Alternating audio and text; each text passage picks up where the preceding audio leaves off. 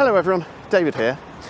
I've done content in the past about dance events and what it's like to actually go to something like a weekender or a competition, and what kind of people go to these things as well. But what I haven't really covered is the physical mechanics behind dancing, like how it works, what it means when you push and pull on your partner, where they move and why. So I want to have a look at that tonight. There's a good dance venue on, so let's go dancing and find out. First, you need to find a group of like-minded individuals, and I suggest you start online. Check Google and Facebook for local partner dancing classes and get down to the lessons. Listen carefully and watch the teacher. Usually you don't need to bring a partner, just show up with an open mind and a few hours of your schedule free.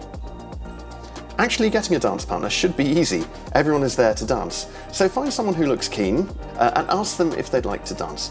Be polite, smile, and if they say no, that's fine, just move on. If someone asks you to dance, I would encourage you to say yes, unless they're being a pest or there's some other extenuating circumstance like you've broken your leg.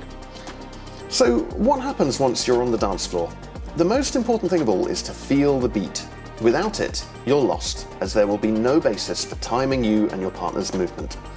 Most music is in 4/4, which means there are 4 beats, or hits, which regularly repeat. In Sarok, we hit a series of positions on each beat.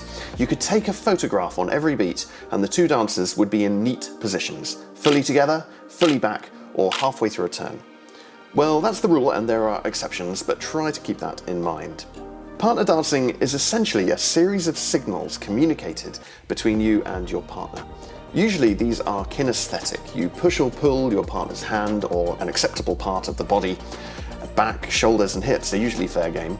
The partner pushes or pulls back, so you know the signal is received, and so begins a process of lead and follow. One of you will lead a move and the other follows it. Often one dancer is the leader and leads every move. Sometimes they swap halfway through a song. Sometimes the communication becomes almost two-way, where the leader is constantly listening for feedback from the follower. But the signals don't have to be felt. Sometimes merely making space is enough of a signal. Sometimes the signal is in the music and you both just happen to express it at the same time, and you know you will. What kind of signals are sent back and forth? Well, at its basic level, you push on your partner's back, for example, and they move forward. At a more intermediate level, you make space while gently squeezing your partner's hand, and they know to step into that space and do some stylish improvisation for a few beats. And at an advanced level, you both feel a break in the music coming, and without any physical contact at all, you both freeze and look at each other, before resuming into something musically appropriate.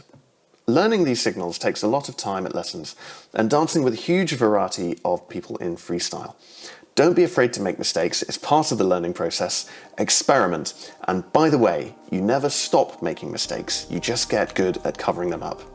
You can essentially chop all of a partner dancing style into move fragments. A turn on the spot, changing places, a lean, a twist, wrapping in or wrapping out, and the trick comes in leading and following these move fragments in time, with style appropriate to the music, and stitching them together to make it look smooth. Again, you'll learn all of these in lessons, but you can pick up a few more just by watching people, and video sites like YouTube are a great resource as well. Once the song is over, it's nice to thank your partner. Maybe you will dance to a second song together.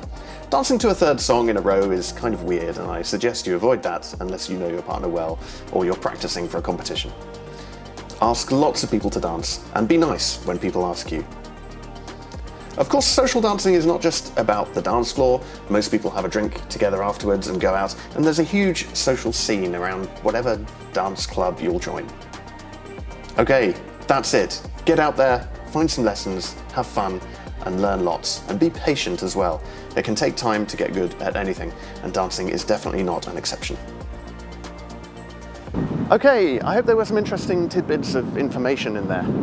And I hope also that you got from this video that partner dancing is kind of just like following a set of rules.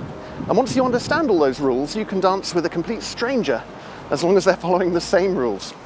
Sometimes the system kind of breaks down and things go wrong, and you just have to make the best of it that you can in the moment, or style it out, as we say. And also I should add that anything in this video is not a substitute for proper tuition or practice.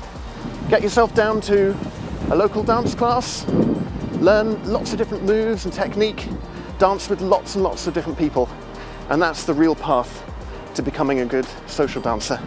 And most importantly, just be a nice person, because no one minds dancing with someone who's nice, whether they're really good or just a complete beginner.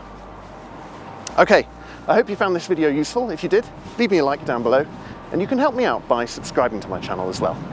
Okay, see you next time.